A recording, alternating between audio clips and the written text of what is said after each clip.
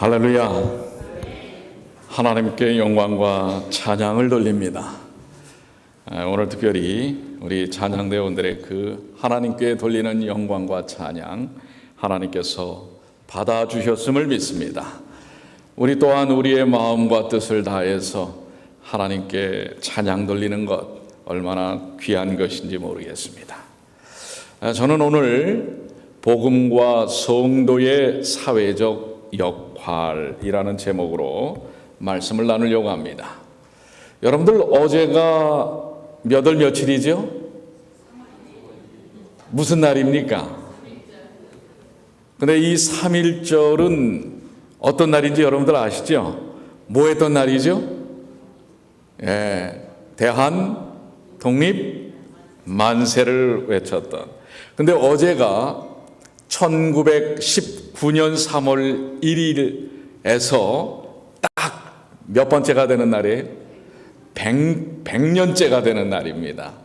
그래서 이 100년을 맞이한 3.1 운동이 과연 어떤 의미, 우리 그리스도인들에게 어떤 의미가 있을까? 특별히 이 탑골 공원에서 외쳤을 뿐만 아니라 태화관이라는 이제 식당으로 옮겼죠.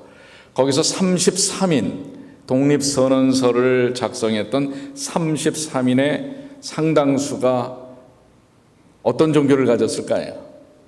기독교인이라고 하는 사실입니다. 하나님을 믿던 사람들이라는 사실인데 일제의 압제 속에서 대한의 독립을 위해서 분연히 목숨을 걸고 일어난 사람들입니다. 그래서 오늘 이게 3.1 운동에 대한 그 그림입니다. 그리고 이 장면은 숭례문, 지금 남대문이라고 하는 그 남대문에서의 그 독립선언, 이 독립 만세를 불렀던 우리 군중들의 모습 사진입니다. 그 당시 100년 전 사진입니다. 이 사진도 그렇습니다. 지난달 27일 날 우리 한국에 있는 삼육대학교에서 Remember 1919 3.1 운동과 재림교회라는 주제의 특별 세미나가 있었습니다. 이날 행사에 3.1 운동에서의 재림교회와 성도의 역할을 규명하는 여러 연사들이 나와서 3.1 운동의 의미를 우리 재림교인 시각에서 또 재림교의 역사적 입장에서 이렇게 발표하고 또 소개하는 그런 시간을 가졌습니다. 그리고 이러한 운동에 재림교회와 성도들이 어떻게 참여를 했는가라고 하는 것을 거기서 보여주고 있는데요. 특별히 이제 이 사진 밑에 있는 그 영정사진 비슷하죠. 저 사진에 나와 있는 분이 누구냐면 정사영 박사라고 여러분들 혹시 기억나십니까? 우리 교회의 서울 현재는 삼육병원이지만은 위생병원의 위생병원의 원장을 했던 정사영 박사의 아버님 정재영 씨입니다. 이 정재영 씨 사진이 이 지금 밑에 있는 사진이고 위에 지금 강연을 하고 있는 사람은 정사영 씨의 아들입니다.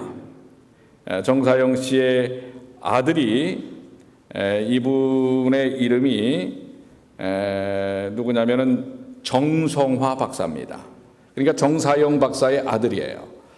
그러니까 정재영 씨의 손주가 이 3.1 운동에 대한 의미를 설명을 하는 것인데 자기 할아버지에 대해서 지금 이 삼육대학에서 발표를 하는 거예요. 그런데 정재영 씨, 이 정사영 박사의 아들, 이분이 자기 할아버지에 대해서 왜 소개를 하는가? 여러분들 아시는 대로 이 33인이 탑골공원에서 지금의 그 예전에 그 파고다 공원이죠. 탑골공원 종로 3가에 있는 탑골공원에서 모여가지고 독립선언을 낭독하기로 했어요. 근데 일본의 경찰들이 그걸 미리 알아채가지고 거길 나오질 못하고 태화관이라고 하는 곳에서 이제 발표를 하는데, 이 탑골공원에 이미 모여있던 사람들이 있습니다. 그 중에서 21살이었던 이 정재용 씨가 바로 이 가슴에 독립선언서를 갖고 있었어요. 그래서 이 33인은 태화관이라고 하는 장소에서 그냥 실내에서 하는데, 거기 이미 탑골공원에 모여있는 자리에서 군중 앞에서 이 정재용 씨가 독립선언서를 읽습니다. 이것이 3.1운동, 3.1 만세운동의 이 아주 불씨가 전국으로 확산되는 그러한 한 계기가 되었다고 하는 것입니다. 이 당시 정재용 씨는 감리교 해주교회의 전도사였습니다. 그러다가 훗날 아들 정사영 박사의 전도를 통해서 우리 재림교인이 되었고, 그 정재용 씨의 모든 후손들이 다 지금 현재 우리 교회 교인들이라고 하는 사실입니다. 이 3.1운동의 불씨를 지폈던 정재용 청년이 우리 나중에 재림교인이 된다고 하는 사실을 여러분들이 기억하시면서, 이 특별히 그의 손자인 정성화 박사는 3.1운동의 이 정신은 단순한 일본 제국주의에 대한 대항에서 일어난 항일 독립투쟁이 아닌 그 당시 전 세계를 제패했던 제국주의, 영국이라든지 미국도 마찬가지입니다. 그 당시에 자기들의 권력을 통해서 다른 나라들을 이렇게 식민지화하는, 이런 제국화시키는 이런 제국주의에 대항한 자유운동이었다는 사실, 그로부터 아동운동이 시작되고 여성운동이 시작된 이 한국의, 대한민국의 민초들을 통해서 전 세계에 이 비폭력, 무폭력 저항운동이 시작됐다는 사실입니다. 이 일에 참으로 많은 사람들이 억압과 고통과 인간성 말살, 죽음에서부터 자유와 행복을 위해서 하나님의 생명의 정신을 세상에 널리 알리는 계기가 되었다고 하는 것이죠. 자, 교회와 성도는 이런 시대적인 사회적 필요에 어떻게 과연 반응해야 할까? 오늘날 우리는 어떻습니까? 오늘날 성도인 여러분들, 그리고 우리 교회는 이 시대의 사회적 필요에 우리는 어떻게 반응해야 할까? 재림교회와 성도는 무엇을 해야 할까? 그리고 100년 전 우리 재림교회와 성도들은 무엇을 했는가? 그리고 이 일에 대하여 주님은 뭐라고 말씀을 하시는가? 자, 오늘 본문의 말씀입니다. 여러분들 조금 전에 우리 임 집사님이 읽어주신 누가복음 7장 22절입니다. 예수께서 대답하여 이르시되 너희가 가서 보고 들은 것을 요한에게 알리되 맹인이 보며 못 걷는 사람이 걸으며 나병 환자가 깨끗함을 받으며 귀먹은 사람이 들으며 죽은 자가 살아나며 가난한 자에게 복음이 전파된다 하라. 이 말씀을 오늘 좀 한번 우리가 깊이 새겨볼 필요가 있습니다. 예수께서 요한의 제자들이 와서 묻습니다. 도대체 당신을 뭐라고 소개하고 당신은 어떤 분이십니까? 라고 할 때 너희가 가서 보고 들은 것을 침례 요한에게 말하라. 예수님이 이 땅에 오셔서 보고 듣게 해준 것은 무엇인가 라는 것입니다. 그것은 맹인이 보며 못 걷는 사람이 걸으며 나병 환자가 깨끗함을 받으며 귀먹은 사람이 들으며 죽은 자가 살아나며 가난한 자가 복음을 듣는다고 하는 것입니다. 자, 육신적인 곤고함이 있는 사람들이죠. 맹인, 못 걷는 자, 나병. 그런데 이 육신적인 장애가 있는 사람들을 그 당시에는 죄인이라고 봤습니다. 그리고 사람들의 사회 속에서 그들의 공동체 속에서 그들을 다 배제시켜서 멀리 격리시켜 버렸던 그야말로 인간성이 말살된 그런 사람들입니다. 그런 사람들이 그런 억압과 속박에서부터 벗어나고 심지어는 사망 고통, 죽은 자가 살아나며 또 뭐예요? 계급사회와 또 이 배금주의의 경제적 물질주의에 팽배한 이 세상, 가난한 자에게 바로 복음이 전파된다고 하라. 이것이야말로 어떻게 보면은 3.1 운동의 정신의 기초가 되지 않았나라고 생각합니다. 자, 역사적 사료에 의하면 재림교회가 3.1 운동에 참여한 가장 빠른 기록은, 공식적인 기록은 1919년 3월 6일이었습니다. 평안남도 순안에서 만세 운동이 일어납니다. 이제 3.1 운동이 종로에서 일어난 다음에 엿새가 지난 다음에 평안남도 순안에, 여러분들 평안남도 순안하면 생각나시는 게 있습니까? 우리 교회에 어떤 기관이 있었죠? 의명학교라고. 기억나십니까? 어떻게 보면 삼육학교의 전신이라고도 얘기할 수 있습니다. 뭐 또 그렇게 얘기하지 않는 사람들도 있어요. 왜냐하면 나중에는 또 일제와 또 거기에 야합한 사람들에 의해서 그 의명학교가 나중에 홀라당 넘어가 버려요. 그러나 어쨌든 시작은 재림교회를 중심으로 해서 세워진 학교라고 하는 것입니다. 그런데 그때 3월 6일 순안에서 오후 4시 500명의 군중들이 모여서 만세운동을 전개하는데, 이때 교회학교 의명학교의 직원들도 그리고 학생들도 거기에 많이 참여했고 주도적인 역할을 했다고 하는 사실입니다. 그리고 거기에서 또 여러 사람이 체포되고 잡혀가기도 합니다.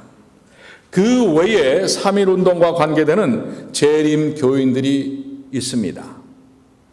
그들은 나중에 일경에 잡혀서 옥고를 치르고 심지어는 감옥에서 죽음을 맞이하기도 하는 그런 분들이 있는데요.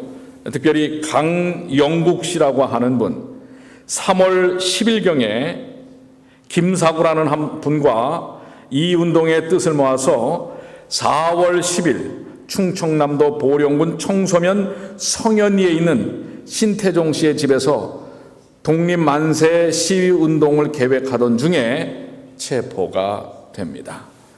당시 이 강영국 씨는 영면학원이라고 하는 학교를 운영하고 자신의 집에 우리 교회 예배소를 운영을 했습니다.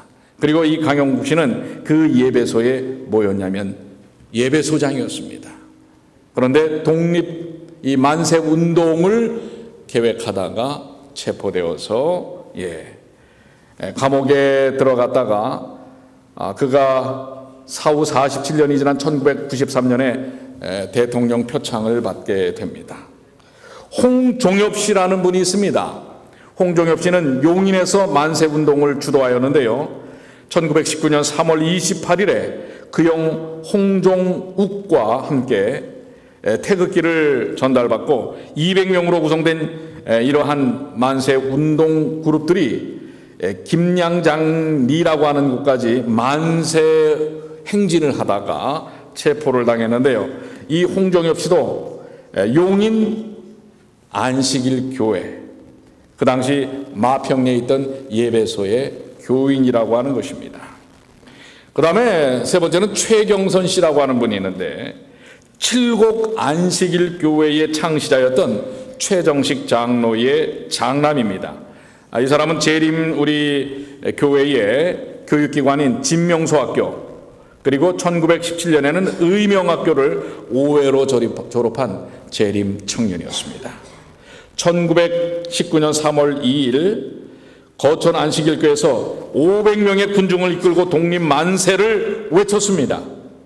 그러다가 나중에는 이제 이 독립만세운동을 더 전파하는 게 일경의 그 감시가 심해져서 중국으로 넘어가서 상해에서 임시정부 거기 대한독립청년단에 입단하고 또 이 여러 가지 독립운동을 했던 기록이 있다가 1920년 4월 14일 강계경찰서에 검거가 되어서 옥살이를 하게 됩니다.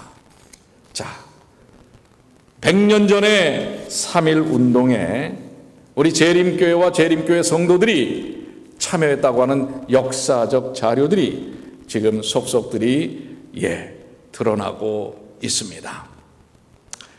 복음이 무엇입니까?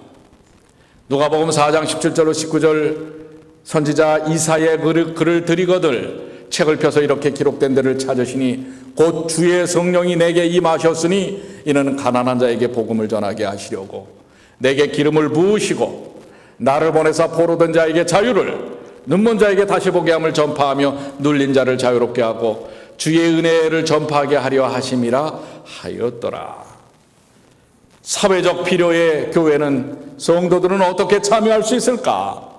물론 폭력적인 것은 우리 그리스도인의 삶의 모습이 아닐 것입니다. 그러나 비폭력, 무폭력의 모습을 통해서 그러한 불의의 분연이 일어나는 것은 어떤 면에서는 예수님께서 이 땅에 오신 본질적 복음을 사회에 적용하는 또 다른 하나의 모습이 될 수 있다고 생각이 됩니다. 예수님께서 두 번의 성전을 정결케 하시는 모습이 나옵니다. 거짓된 신앙, 허위와 가식으로 쌓여져 있는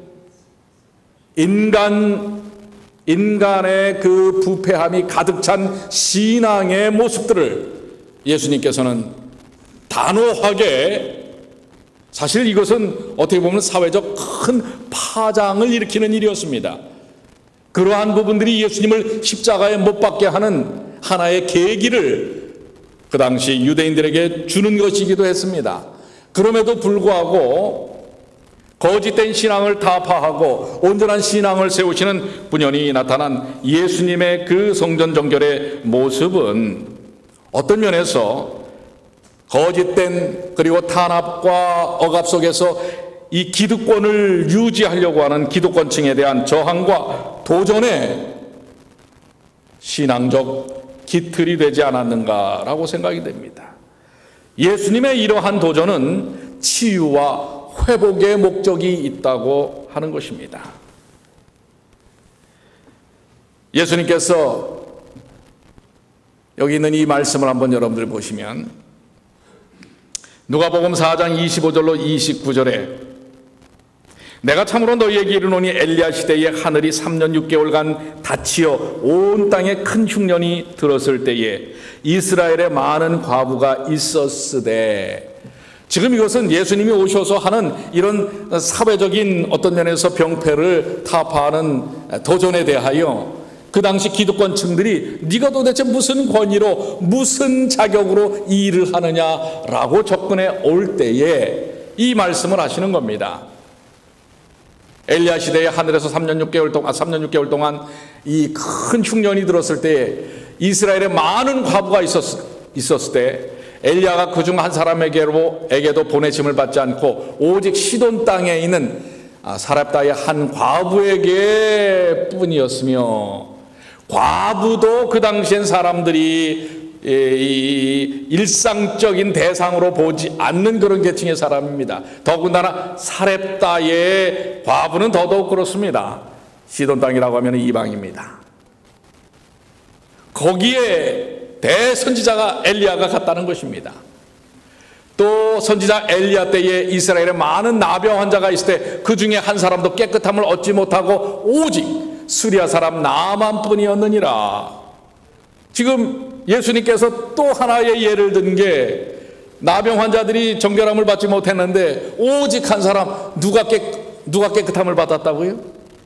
누가요? 나만은 누굽니까? 이스라엘의 적군이기도 하고 이방인입니다. 오랑캐입니다. 그런데 이 나만이 깨끗함을 얻었다고 하는 것입니다.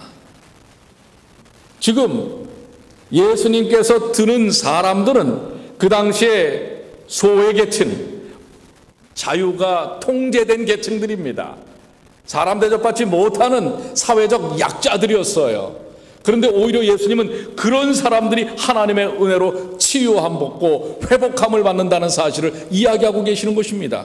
그 당시 이 사두개인들과 바리새인들의 의식을 완전히 깨트려 버리는 것입니다. 어떻게 보면 뒤없는 것입니다. 28절에 그래서 그들이 어떤 반응을 보입니까? 회당에 있는 자들이 이것을 듣고 다 크게 화가 나서 일어나 동네 밖으로 쫓아내어 그 동네가 건설한 산 낭떠러지까지 끌고 가서 밀쳐 떨어뜨리고자 하되 예수님을 죽이려고 하는 것입니다. 예수님은 억압받은 사회적 약자들을 하나님께서 구원하신다는 이 사실에 대해 기득권층은 받아들일 수 없는 것입니다. 구원이란 자기들에게만 있는 것입니다. 누림이란 그들만의 점유화된 특권이라고 생각했던 그 특권층, 기득권층에 대한 것들을 완전히 깨트려 버리는 것입니다. 이러한 정신이 어떻게 보면 우리 각 시대마다 복음을 이해하고 알고 있는 모든 억압과 죄악에서부터 그것을 벗어나게 하는 그리스도의 복음을 아는 이들에게 사회적 역할을 제시하고 있다고 하는 사실이에요. 3.1운동 100주년을 맞이하면서 오늘 우리는 이 세상의 사회적 약자들, 죄악과 억압 속에서 고통당하는 이들을 위하여 과연 복음의 역할, 그리고 성도와 교회의 사회적 역할은 무엇일까라는 것을 생각해 봐야 합니다. 그런데 아까는 개인적인 어떤 그런 사회적 역할이었지만 매우 집단적인 우리 교회 기관이 연결된 3.1 운동의 기록이 있습니다. 그게 무엇일까요? 여러분들 자세히 보이십니까? 여러분들이 인터넷 재림마을에 가시면 이 자료들을 받아보실 수가 있어요.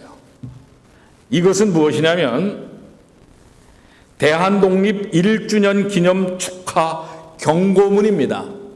즉 1920년, 이제 지금은 100년이 됐잖아요. 3.1운동이 1주년 되었을 때 그 1주년의 독립 만세 운동을 기념하기 위해서 이 축하 경고문을 배포한 사건이 아주 그냥 이 총독부를 발칵 뒤집히게 만들었다고 하는 것입니다. 자, 이 사건에는 우리 교회의 출판소인 시조사가 관련이 되어 있습니다. 시조사에 근무하던 재임교인들이 이 일에 깊이 개입했고 그것을 통해서 우리 재림교회 기관의 이 어떤 역사적인 역할들이 재조명되고 있는 것입니다.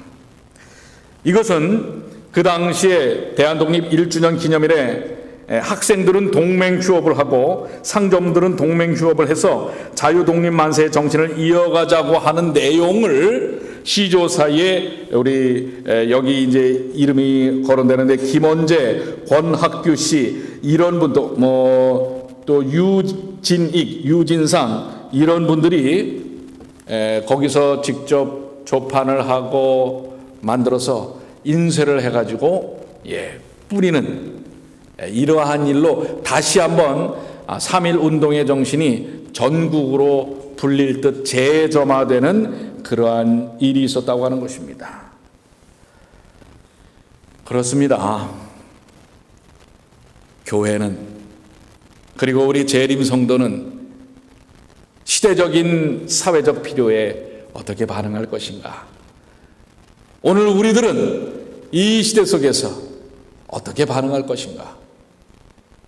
하나님께서 주신 복음의 정신을 갖고 오늘 본문의 말씀에 있는 것처럼 너희가 가서 보고 들은 것을 요한에게 알리되 알지 못하는 사람들에게 하나님의 이 놀라운 생명의 정신, 복음의 기별을 증거하고 드러내라고 하는 것입니다. 이것은 보다 더 구체적인 사회적 필요 속에서도 그 일을 하라고 하는 것입니다. 물론 우리가 살고 있는 지금 이 미국은 그런 100년 전에 3.1 운동처럼 국가적인 억압이나 이런 부분들이 있는 것은 아닙니다. 그러나 사회 통념상의 많은 억압과 자유들이 훼손되고 망가지고 인간성이 말살되는 그런 일들이 지금도 여전히 일어나고 있는 것은 우리가 감출 수 없는 것입니다. 인종차별, 또 각 이 계급적인 어떤 그 빈부의 차이, 전쟁과 또 갈등, 이런 것들이 아직도 우리가 사는 이 세상 가운데는 여전히 존재하고 있는 것입니다. 그렇기 때문에 복음을 들고 있는, 복음을 아는, 우리가 보고 들은 이들은 이것을 알려야 하는 것입니다. 증거해야 하는 것입니다. 보다도 구체적으로 세상 속으로 들어가서 그들에게 못 걷는 사람이 걸으며, 나병 환자가 깨끗함을 받으며, 귀먹은 사람이 들으며, 죽은 자가 살아나며, 가난한 자에게 복음이 전파된다 하라라고 외쳐야 하고 증거해야 하는 것입니다. 주님을 통한 회복의 메시지, 그리고 주님을 통한 놀라운 치유의 메시지가 오늘 여러분과 저를 통해서 세상에 널리 전파되어야 하는 것입니다. 그래서 오늘 우리는 우리 주변에 우리를 통해서 이러한 사회적 고난과 역경 속에서 벗어나야 할 그러한 대상들을 찾고 찾는 일들이 이루어져야 하는 것입니다. 계시록 12장 10절로 11절에는 내가 또 들으니 하늘에 큰 음성이 있어 가로되 이제 우리 하나님의 구원과 능력과 나라와 또 그의 그리스도의 권세가 나타났으니 우리 형제들을 참수하던 자 곧 우리 하나님 앞에서 밤낮 참수하던 자가 쫓겨났고 또 우리 형제들이 어린 양의 피와 자기들이 증언하는 말씀으로서 그를 이겼으니 그들은 죽기까지 자기들의 생명을 아끼지 아니하였도다. 이 사회적 필요의 아주 궁극적인 원인은 사탄의 죄악입니다. 이 사탄의 죄악을 깨트려야 한다는 사실을 이야기하고 있습니다. 이 사탄의 죄악이 우리가 사는 이 사회 구석구석 얼마나 많은 파급된 악영향을 미치고 있는지를 분명하게 제시하고 우리는 그것을 드러내야 한다고 하는 것입니다. 그것을 드러내기에 큰 음성을 가지고 우리의 생명을 아끼지 아니할 정도로 해야 하는 사명이 우리에게 있다고 하는 것입니다. 왜냐하면 여러분들 잘 아시는 것처럼 17절에 뭐라고 말씀하고 계십니까? 용이 여자에게 분노하여 돌아가서 그 여자의 남은 자손 곧 하나님의 계명을 지키며 예수의 증거를 가진 자들과 더불어 싸우려고 바다 모래 위에 서 있더라. 즉 복음을 들고 있는 하나님의 백성들을 향하여 사단은 여전히 그의 마술을 뻗치고 있다는 사실입니다. 왜냐하면 하나님의 백성들이 그 사명을 갖고 있기 때문에 그렇습니다. 이 시대의 악으로 인하여 사회적 필요를 느끼는, 거기서부터 벗어나야 할 수많은 사람들을 건져낼 사명을 가진 사람들이 과연 누구입니까? 오늘 100년이 지난 3.1 운동의 정신 속에는 모르겠어요. 다른 신학자들은 거기에 대해서 어떻게 이야기하고 있는지는 모르지만 거기에는 하나님의 역사심이 계셨고 하나님의 세천사의 기별에 놀라운 정신이 깃들어 있지 않나라고 생각을 하는 것입니다.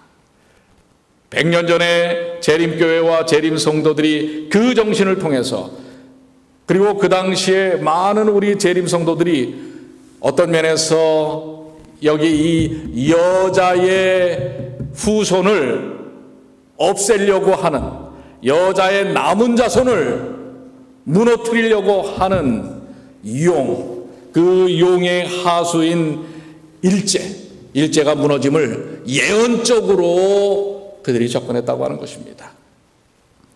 물론 그것을 하나의 사건적인 면으로 보지 말고 그 용의 정신을 가진 일제, 그 일제는 분명히 무너진다고 하는 것은 그것은 어떻게 보면은 우리의 말씀에 논리인 것입니다. 오늘날도 마찬가지입니다.